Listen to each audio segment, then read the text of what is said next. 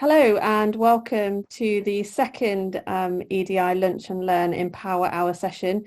Today we will be going through neurodiversity in general practice. I'm Shella, EDI Director for General Practice Task Force, and Catherine is our EDI Fellow who is looking specifically at neurodiversity. So I'll hand over to her. Thanks, Catherine. Hi everyone, thank you so much for joining us for this talk on neurodiversity in general practice. I'm Catherine Bell, I'm a GP and also the Equality, Diversity and Inclusion Fellow with GP Task Force Derbyshire, looking at neurodiversity, as Shella said. So my interest in neurodiversity really began as both a professional and a personal interest.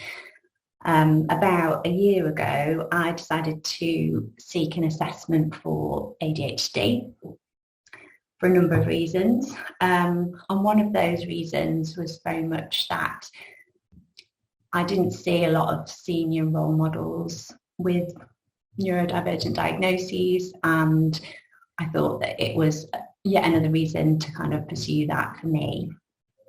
At the moment, I'm a year into a 4-year waiting list, so I will not know if I have a formal diagnosis for some time yet, and currently I don't. But I feel like this journey and this kind of learning that I've done relating to neurodiversity has been really, really helpful in kind of moving through my personal journey, but also hopefully I'll have some benefits for other neurodivergent staff working in general practice. So to start with, I'd like to try and raise awareness of neurodiversity in our patients, in our colleagues, and in ourselves. And I hope that by the end of this session, you'll know what's meant by neurodiversity, you'll understand why an awareness of neurodiversity is important for all general practice staff, and hopefully you'll be able to signpost your neurodivergent colleagues to relevant support. So first of all, I suppose, what is neurodiversity? And many of you will be very familiar with that term, but for those of you who aren't, it's similar to the concept of biodiversity, where you acknowledge that there is an importance in maintaining a wide variety of plant and animal life in the environment, just as the term neurodiversity is used to describe the variation in how our brains process information and how we experience the world around us. And it's estimated that 15 to 20% of the population, so that's 1 in 7 people, are neurodivergent. And this term is used primarily to describe people with ADHD, autism, and specific learning differences such as dyslexia, dyspraxia, and dyscalculia. But it also is an umbrella term that covers quite a lot of associated conditions, things like epilepsy, OCD, Tourette syndrome. So there's quite a lot of conditions that are included underneath that term. And in general practice, we're really familiar with the medical model, a deficit-based model used to diagnose psychiatric conditions. And this is just a little example here from the DSM-5 for autism spectrum disorder. I'm just looking at the type of language that's being used there. It's all very much focused around things that people can't do. But we know that a deficit-focused approach to neurodivergent people leads to misunderstanding among professionals. People assume that they are incapable of success, whether that be in education, employment, or socially. And it also implies that neurodivergent people need fixing, which puts an inappropriate focus on the research into prevention and cure rather than supporting individuals and social change. And that's just another example from the ADHD classification. Again, all very negative language and focusing very much on the things that people can't do. So the neurodiversity movement encourages people to see these conditions from a difference-based perspective. And this aligns with the social model of disability, so believing that neurodivergent people are disabled by their environment, and that instead we should be focusing on fixing the disabling social, cultural and environmental factors rather than the person.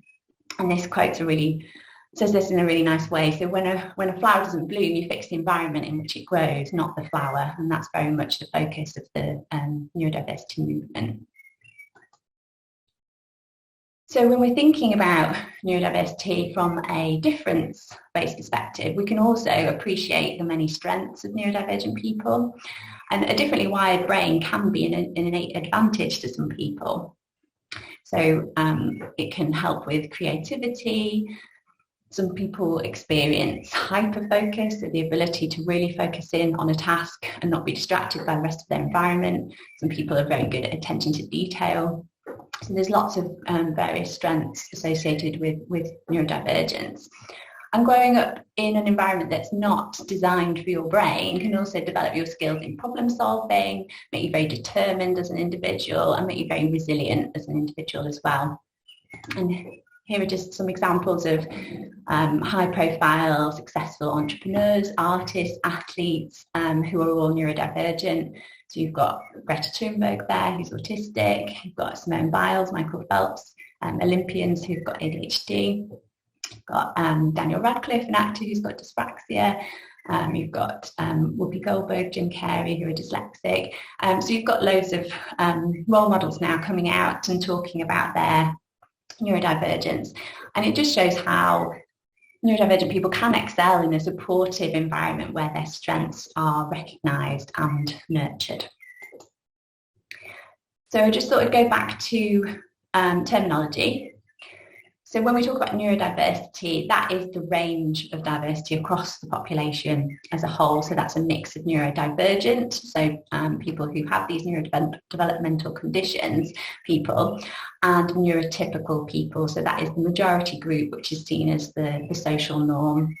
So you refer to an individual as neurodivergent and a population as neurodiverse. And within that, you're looking at specific neurotypes and neurominorities with specific conditions. And so hopefully that makes things a little bit clearer. Speaking about language, it's also important to consider what autistic people, how autistic people wish to be referred to. And there's been a lot of work from the autistic community emphasising their preferences more recently. And unlike with many medical conditions, such as diabetes, where there's been a move away from that identity first terminology, so referring to a person with diabetes rather than a diabetic, a lot of studies have shown that autistic people prefer that identity first language because this is part of their identity. And it's felt to be more neuro-affirmative, so supporting of this neurodiversity view. So they prefer to be called autistic rather than a person with autism. And this picture here just highlights a few other key points. So rather than talking about somebody being high functioning or low functioning, those sorts of labels are often associated with people being denied support. So if you're high functioning, you're being denied, that's a reason to deny you support. They talk about what are your support needs and acknowledge that that level of functioning can fluctuate and you can't put somebody in that category specifically. That might change day by day and depending on their current environment and stresses and so on. So just thinking about the autistic spectrum, that's another area that is sometimes misunderstood, and a lot of people do see this as a very linear kind of spectrum, so either not autistic or very autistic or somewhere along the line, and that's certainly not the case. Many neurodivergent people possess what we'd call a spiky profile, so looking at this spectrum here, if I can point at it, so you've got little points here on here, so somebody might have a really great strength for language skills, but actually really struggles with their sensory overload, and so they end up having this sort of spiky profile, which is less common in neurotypical people who might be more consistent throughout all the domains of their life and their functioning.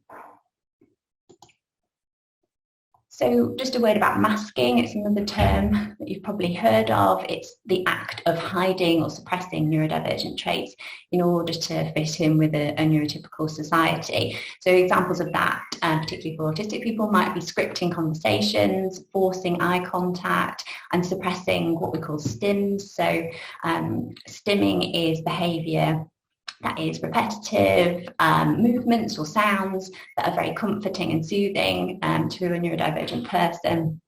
And often that is something that appears odd to the outside world and they suppress, and that in itself takes a lot of effort.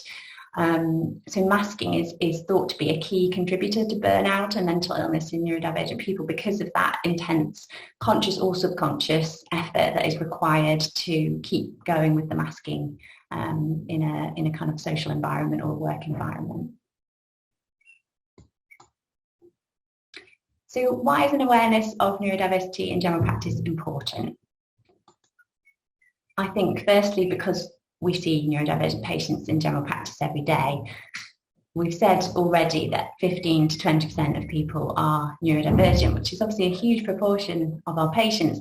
And I think really now that I'm more aware of neurodivergence in my patients, I think that it's likely neurodivergent people consult the GP more often. So there's probably a high proportion in the people that we see day to day.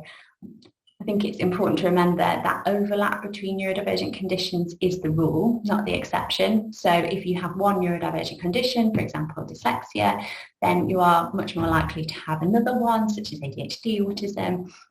And certainly that there is studies to show that if you have a family history as well, you are much more likely to have these conditions. And that might be a family history of dyslexia, and then you're more likely to have ADHD. So there's lots of overlap there. We know that neurodivergent people have high rates of mental ill health, and that's from obviously growing up in an environment that isn't set up for them. There can be a lot of trauma associated with that, and autistic people are 8 times more likely to die by suicide, which is just an awful statistic. And more recently I've heard that for autistic women that can be 13 times more likely to die by suicide, which is obviously huge. Then 30% of patients with substance misuse have ADHD, and also 30% of patients with eating disorders, young people, thought to have autism as well. So there's a lot of crossover with these other conditions, mental health conditions. But equally, there's also physical health issues, which there's more and more evidence to suggest are associated with neurodivergence, particularly autism. There's more research into that at the moment. So things like central sensitivity syndrome, so irritable bowel syndrome, chronic fatigue syndrome, fibromyalgia, there's thoughts to say that actually this increased sensitivity to bodily sensations and external stimuli, it translates to these conditions. So you're more aware of your bodily sensations and you're more likely to have these conditions, which is really interesting. There's also some associations with hypermobility and autism, which is being looked into at the moment, and things like allergies, atopy and autoimmune disease. There's more and more evidence to suggest that there may be a link between these conditions and neurodivergence as well. So certainly it's something we need to be aware of in our patients. And it's estimated that about 1% of the population are autistic, which is probably a huge underestimate. 3 to 4% of adults may have ADHD, and 10% of people have dyslexia. So these are huge numbers of the people that we're seeing. I also feel like it's important because we work with neurodivergent colleagues in general practice every day. Again, that percentage applies to the staff population as well as the patient population. And we know that because neurodivergence is not associated with intellectual ability, with race, with gender, with social class, you're going to have a spread across the population of neurodivergent people in any environment. So I'd like to focus a little bit on the strengths of neurodivergent staff. I think there's been a lot of interest and research now into neurodivergence as a positive benefit to society. There's certain organisations that are looking at recruiting dyslexic and neurodivergent people specifically for these skills. And in medicine, it's obviously becoming a bit more of a discussion point as well. There has been some research to link neurodivergence to gifted individuals. So some people who have exceptional skills in pattern recognition, in coding, and lots of other areas. And there's been a misconception about how neurodivergent people lack communication skills or lack empathy, which again has been disproven. Often autistic people experience hyperempathy, so they empathise in such a strong way with people, but not only people, animals, sometimes objects, buildings. They have a huge amount of empathy, and again that can be a challenge as well as a benefit. But it certainly means that neurodivergence is not a reason to avoid a career in a caring profession. And there are increasing numbers of healthcare workers who are being diagnosed in adulthood after years of already working and thriving in medicine, nursing, and all these other allied healthcare professions. So yeah, it's an outdated attitude, and it's rightfully being challenged. Somebody who in particular in the media has been trying to advocate for neurodivergent people is Dr. Mary Doherty, who is a consultant anaesthetist based in Ireland, and she's the founder of Autistic Doctors International, a peer support and advocacy and research organisation. And she's written a lot about how she feels that medicine does actually in fact select for autistic traits. So a lot of the things we value in doctors and in the medical profession, like attention to detail, a good memory, and the ability to focus in in-depth detail on certain topics, these things are valued.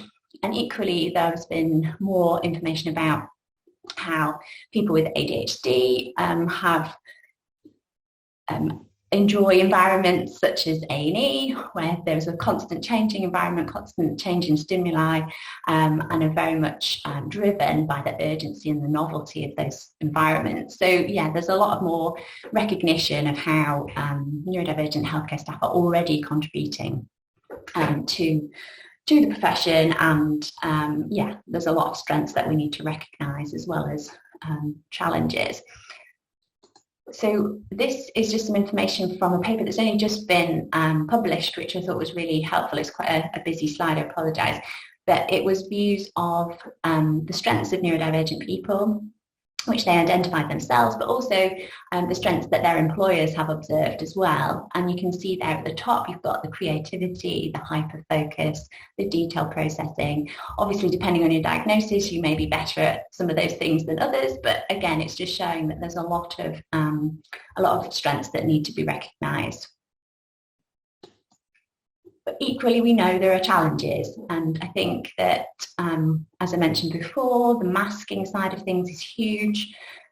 So looking after yourself mentally, you can see there at the top of this bar chart here that is the most challenging, most commonly reported challenge by neurodivergent people in this study.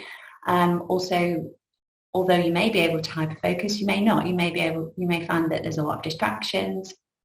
And you might find looking after yourself physically as well is very difficult. So there's lots of challenges that we acknowledge with these diagnoses.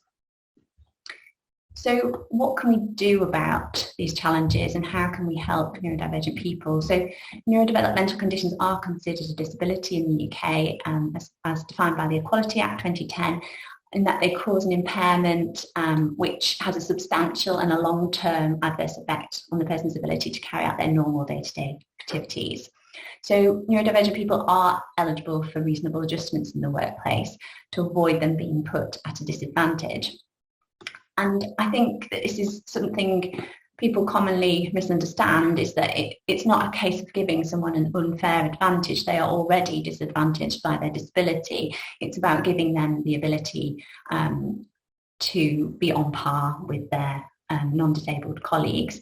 So rather than equality and letting everyone have the same benefits, it's more about equity, and some people will need more help than others. And just a final graph from this recent paper about neurodiversity at work.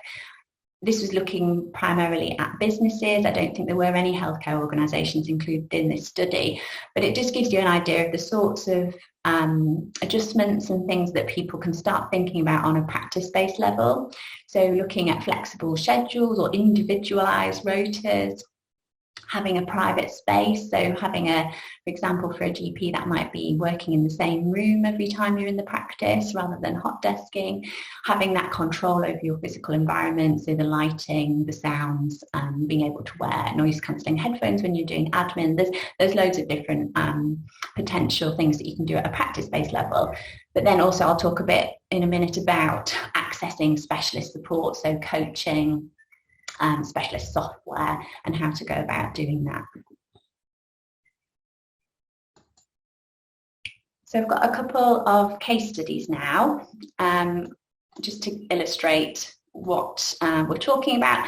They're completely fictional, but they are an amalgamation of people I've spoken to or heard from, or learned about during my time doing the fellowship. So this is Jack. He's 18 years old. He's a new member of the reception staff.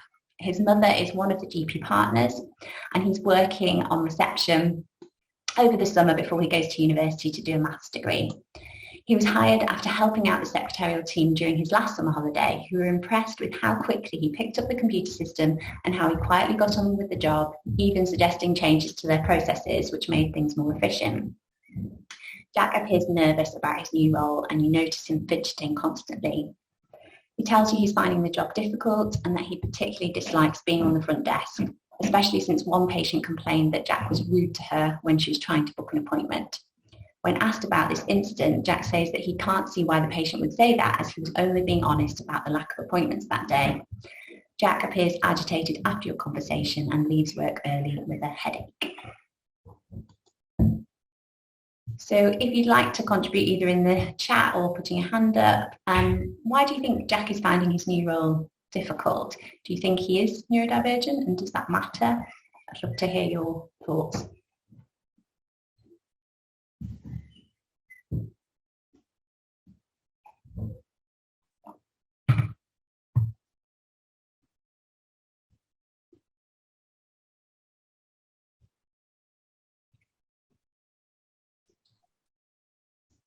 I think sometimes new members of staff just find it incredibly difficult coming into a very busy, very diverse environment, don't they?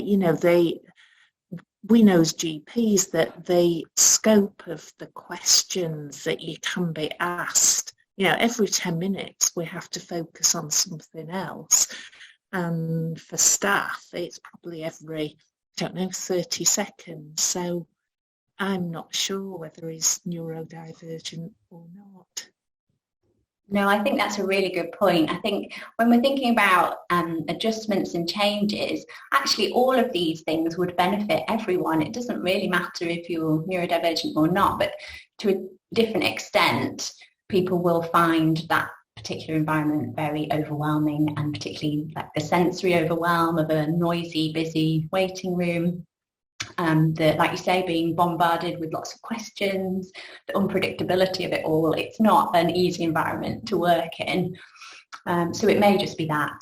But equally, there is that chance that he is finding it more overwhelming because of an underlying neurodivergence, which is something is useful to consider as an employer, as a colleague in that situation. Any ideas about how we could support Jack with this, or any changes that could be made? So sorry, Catherine, a couple of people have put messages in the chat. So one participant has said new environment, stressful / busy, and somebody else has said may find challenging socially, the patient contact, may have communication challenges. Yeah, definitely. And I think that particularly the reception environment, like you say, is such a hugely sociable job, isn't it? You're having to speak to people and communicate with people constantly, and often people who are upset, ill, at the end of their tether. And it's a particularly challenging environment. So it's possible that there's been misunderstandings or poor communication with that as well. So I thought this would be a good time to talk about the double empathy problem. So you might have heard this term, but it's basically saying that there's acknowledgement that autistic people can find social communication difficult at times, but to kind of reframe that problem as this is not just the autistic person's problem. This is also the non-autistic person's issue, in that they are not understanding and they are misinterpreting the autistic person's communication. And actually, if we all understood more about neurodivergence and autism, then we would understand why they might be reacting in that way, or why they might communicate in this way. So the autistic person might struggle with indirect communication. They might not be able to read between the lines. They might not necessarily pick up on the social cues. For example, if a patient comes to reception and they're extremely upset and angry, they might not necessarily pick up on that when they're discussing appointments. So for example, if Jack was autistic and he had very kind of simply and abruptly told the patient that there were no appointments, he might not have picked up on the fact that this person was extremely upset about that, and he may have come across as rude. Equally, it might not have been the case, but it's just something to think about as a possible cause for why there's been that misunderstanding. And as we said, obviously there's a lot of sensory distractions around that can cause problems with communication as well. And equally, if the patient was very familiar with neurodivergence, they may not have necessarily jumped to the conclusion that he was rude. They may have thought actually his communication style might be more direct. And they may not be able to imagine that sensory overload that he is experiencing in that role. So just thinking about autism in the workplace, I mentioned already about clear communication. These are simple things that can be done to avoid misunderstandings, keeping any routines stable. So we talked about a familiar room, a familiar work schedule, that sort of thing can be really important. And yeah, speaking to the individual themselves and talking about what their preferred communication style is also important. And looking about and understanding what stimming is and why somebody might be doing that, and not trying to suppress that, and understanding it and allowing that person to do that when they have the urge to do so can be helpful for autistic individuals. So our second case study is Jill. Jill is a GP partner in her late 40s who joined the partnership straight after completing her GP training. Before this, Jill trained in another hospital-based specialty, but she struggled to pass the specialty exams, which led to a surprise diagnosis of dyslexia in her late 20s. Despite this, Jill succeeded in her GP exams with extra time and has not felt the need for any formal workplace adaptations. Jill is well liked by both staff and patients. It is known that Jill's surgeries always run late, but patients are happy to wait as she always listens and goes above and beyond to help them. And the reception staff know Jill will always respond if they need a query answering mid-surgery. Outside of work, Jill has 3 children and is a member of the PTA at her daughter's school and a Zumba instructor. She also enjoys knitting and has set up a staff knitting circle. Over the last few months, you've noticed that Jill has not been her usual bubbly self, and she's staying later and later after evening surgery to complete her paperwork, as her clinics are running over even more than usual. When you ask Jill if she's okay, she apologises for not pulling her weight and tells you she's not sleeping well, which she suspects is due to a combination of menopausal symptoms and worries about her daughter, who is having trouble with anxiety and has started refusing to attend school. So what do people think about this situation? Do you think that Jill's neurodivergence, so her diagnosed dyslexia, is relevant to this situation? And if so, how might that be?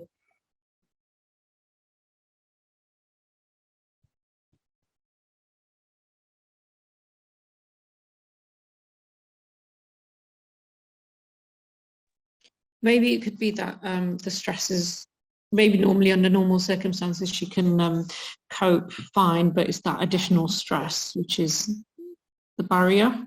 Definitely. Yeah. Any other thoughts?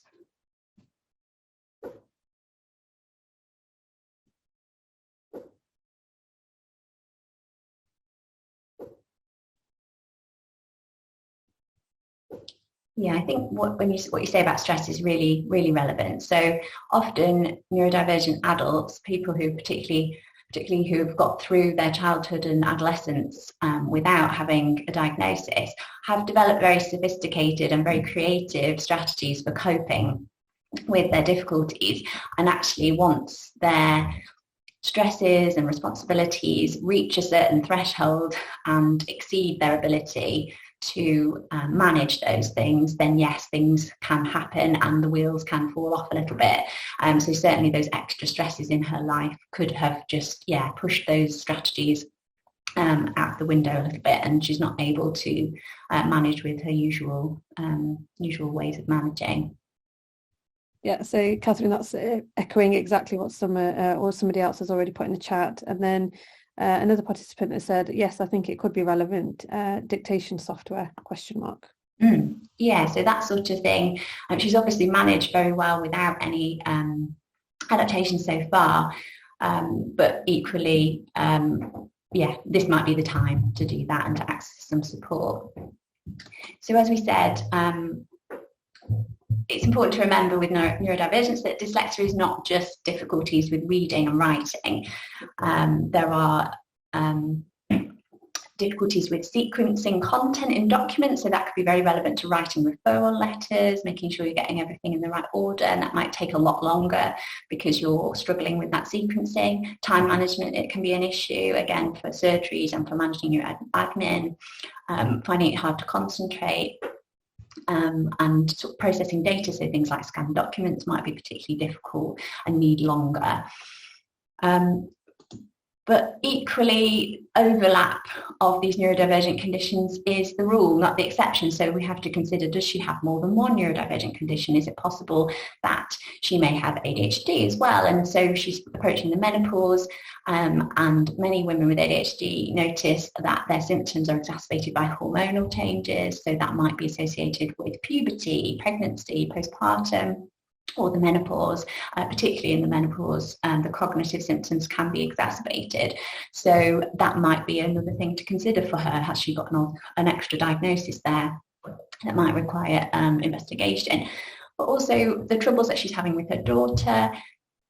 Neurodivergent people are more likely to have neurodivergent children, and obviously the challenges that come along with that as well. And studies have shown that if you have ADHD, your children have about a 35% chance of acquiring it, and if a child has it, there is a 50% likelihood that one of his or her parents has ADHD as well. With dyslexia, 49% of parents of dyslexic children also have dyslexia. And with autism, studies have shown that it is a predominantly genetic disorder, with estimates ranging between 40 and 80% heritability. If we do think about ADHD as a potential cause for her difficulties, again, you can see here some of the challenges that she's experiencing, concentrating on tasks which aren't interesting. So sometimes the admin side of things can be more difficult if it's more of a mundane task. Time blindness, so a lack of awareness of the passage of time can be particularly relevant for appointments and timed activities. This obviously leads to more stress and anxiety if you're struggling to organise yourself and your family, and particularly as you have more responsibility, these sort of strategies, as we said, can be exceeded by the number of things and the difficulty of the tasks to be done. So thinking about support, as you said, software, that might be a really good thing for her, but it might be just a start to ask, what aspects of this role are you finding the most challenging, or what aspects of your environment are you finding most challenging, and what can we do as a practice to help with that? It may be that you change the rota, you change the appointment times, you put more blocks in, you might, as you say, look into what other equipment and things you can access, and I'll talk about that in a second. One thing that might be helpful if the person isn't really sure what the difficulty is, it just feels like everything is overwhelming and everything is difficult, is using a sensory or a cognitive profiling tool. So Genius Within is a company that I know is used by the deanery, I believe, for trainees when they're having neurodiversity screening. And they used to provide a free tool, which was really, really good, but now you have to pay, unfortunately. And it's a questionnaire which basically directs you to areas that are strengths and areas that might be weaknesses, and gives you some generic adjustments which might be of benefit to a person in the working environment. So that could be a really good thing to access. But there's also a government initiative called Access to Work for anybody with a disability. And it's important to remember with this one, you don't actually need a formal diagnosis of a neurodivergent condition to access this. You can go to them with your suspicions or your difficulties, and they will assess what areas you're struggling with, independent of a diagnosis. And through that, you can access funding for these workplace adaptations. So if you needed new software, then they would pay for that. They can provide coaching, things like transport, equipment, also standing desks, like all sorts of things that you might find helpful can be funded through this initiative. One thing to say about trainees who are on rotation is that you have to be in your job, I believe, to access this and apply for it. And then if the waiting list is over 4 months and you're in a 4-month job, obviously that's not really going to be of much help for you because you have to start again with the next job. So yeah, seeing what you can do in practice rather than relying on these formal initiatives is equally important.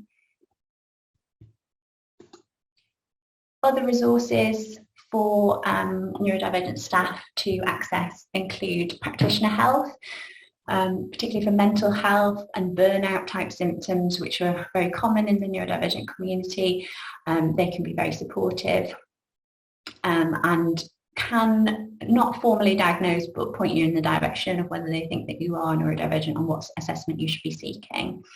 And peer support for neurodivergent staff online is increasing. So I mentioned earlier about the organisation Autistic Doctors International, who are active on Facebook and Twitter and have a website, and they run WhatsApp groups and other support within their community for autistic doctors.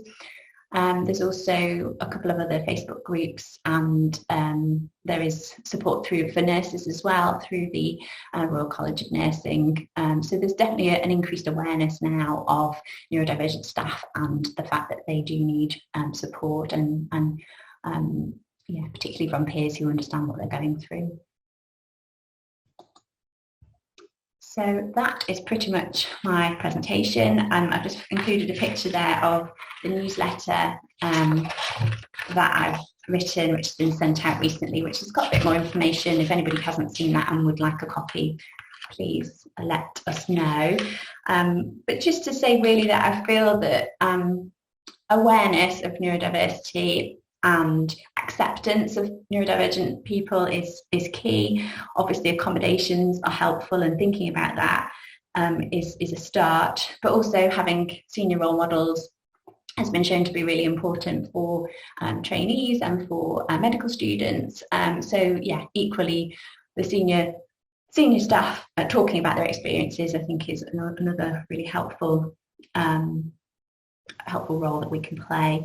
And as I said earlier, recognising neurodivergence and making accommodations in a practice and making a practice more neurodiversity friendly does benefit everyone. It's there are people who have sensory difficulties who are not neurodivergent, and that again would be helpful for them if their environment is friendly and accessible.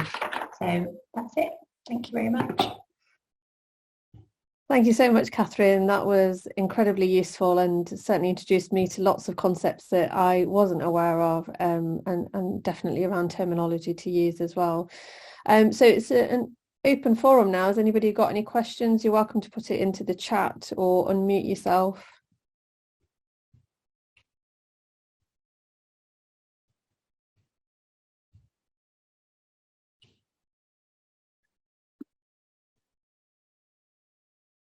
Hopefully that means I've answered everybody's questions already. Exactly. Is it okay if I just share the screen, Catherine, if you just come off and Yeah. share the following